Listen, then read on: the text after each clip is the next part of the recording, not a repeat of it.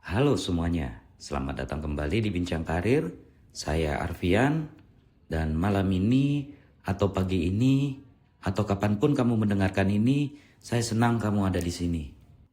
Hari ini kita akan bicara tentang sesuatu yang mungkin sudah lama kamu rasakan, tapi belum pernah ada yang berani mengucapkannya dengan jelas. Kamu sudah kerja keras, sudah datang pagi, pulang malam, sudah memberikan yang terbaik, bahkan di hari-hari ketika kamu sendiri tidak baik-baik saja. Dan tetap ada yang terasa kurang, ada yang tidak sampai, ada jarak antara seberapa keras kamu bekerja dan seberapa jauh kamu diakui. Saya ingin bilang sesuatu, itu bukan salahmu, tapi saya juga ingin bilang sesuatu yang lain. Ada yang perlu kita pelajari bersama hari ini.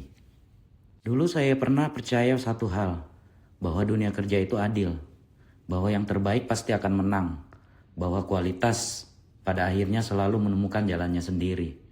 Tapi dunia kerja mengajarkan saya dengan cara yang tidak selalu menyenangkan, bahwa kepercayaan itu hanya setengah benar. Kualitas penting, sangat penting, tapi kualitas yang tidak terlihat sama saja dengan kualitas yang tidak ada.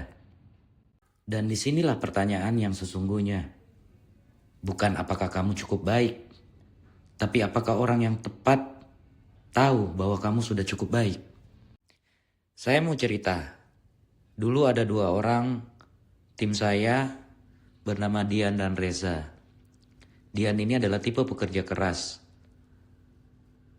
teliti, rajin, bertanggung jawab, dan seandainya dunia ini adil, mungkin dia sudah di posisi yang lebih tinggi dari posisi dia sekarang. Namun, Dian ini setiap ada rapat tidak pernah ngomong. Bukan tidak ada pikirannya atau tidak ada idenya, tapi mungkin kebanyakan ide sehingga dia tidak tahu mana yang harus disuarakan lebih dulu. Sedangkan Reza berbeda, bukan kerjanya yang paling keras, bukan yang paling dalam analisisnya, tapi setiap rapat selalu ada satu kalimat dari Reza yang entah kenapa jadi yang paling diingat setelah rapat selesai. Setahun kemudian, ketika ada satu posisi terbuka, nama yang pertama kali muncul di kepala saya adalah Reza. Bukan karena Dian tidak layak, tapi karena saya sebagai atasannya tidak cukup sering melihat Dian. Dan itu adalah kegagalan saya, bukan kegagalan Dian. Tapi di dunia yang tidak selalu punya atasan yang cukup awas, Dian tetap yang dirugikan. Dan itu tidak adil. Tapi itu nyata. Jadi apa yang bisa kita lakukan? Bukan menjadi orang yang berbeda. Bukan berpura-pura ekstrovert kalau kamu introvert. Bukan memaksakan diri bicara keras kalau suaramu memang pelan. Tapi belajar membuat dirimu terlihat dengan caramu sendiri. Ada 3 hal yang ingin saya bagikan. Yang pertama, bicara lebih sedikit tapi lebih tepat. Di rapat, bukan yang paling banyak bicara yang paling diingat. Yang diingat adalah yang bicara di momen-momen yang paling pas. Seperti musik, bukan not yang paling banyak yang membuat lagu itu jadi indah, tapi not yang tepat di waktu yang tepat. Sebelum rapat, siapkan satu hal yang ingin kamu sampaikan.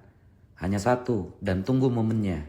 Lakukan itu konsisten, dan pelan-pelan suaramu mulai punya tempat di ruangan itu.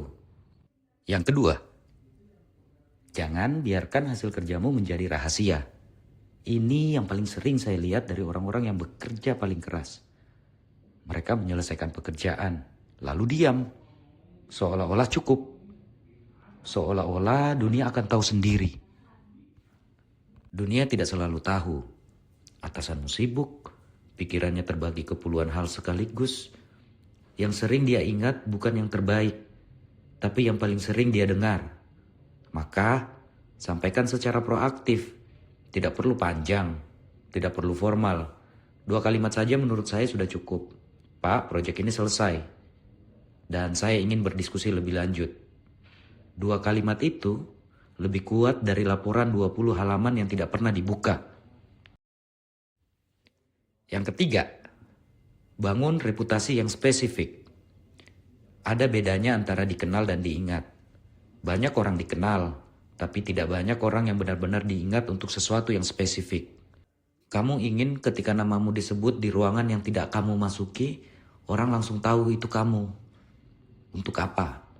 Bukan oh si itu orangnya baik, tapi oh si itu kalau ada masalah yang rumit, dia yang paling tahu cara mengurainya. Oh si itu yang presentasinya selalu bisa dipahami bahkan oleh orang yang tidak tahu konteksnya. Oh si itu yang bisa diandalkan justru ketika situasinya lagi mendesak atau tidak menentu. Spesifik itu membekas, spesifik itu diingat, spesifik itu yang akhirnya membuka pintu yang bahkan tidak kamu tahu sedang tertutup. Kerja keras saja tidak cukup. Kalimat itu mungkin terdengar tidak adil dan memang tidak sepenuhnya adil. Tapi bukan berarti kerja keras tidak penting. Kerja keras adalah fondasinya dan fondasi yang rapuh tidak akan menahan apapun. Tapi fondasi yang kuat juga butuh bangunan di atasnya. Butuh komunikasi, butuh keberanian untuk terlihat, butuh kesadaran bahwa hasil yang baik perlu disampaikan, bukan hanya diselesaikan. Dan kamu bisa melakukan itu tanpa kehilangan dirimu, tanpa berpura-pura jadi orang lain, tanpa mengkhianati cara kerjamu yang selama ini sudah kamu jaga dengan sungguh-sungguh. Cukup satu langkah berani untuk terlihat. Sampai di sini dulu untuk hari ini. Kalau ada yang relate atau punya cerita tentang momen ketika kamu akhirnya memilih untuk lebih terlihat, saya selalu senang mendengarnya.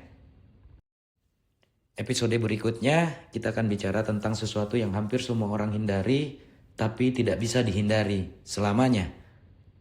Apa itu? Konflik. Dan kenapa orang yang paling takut konflik?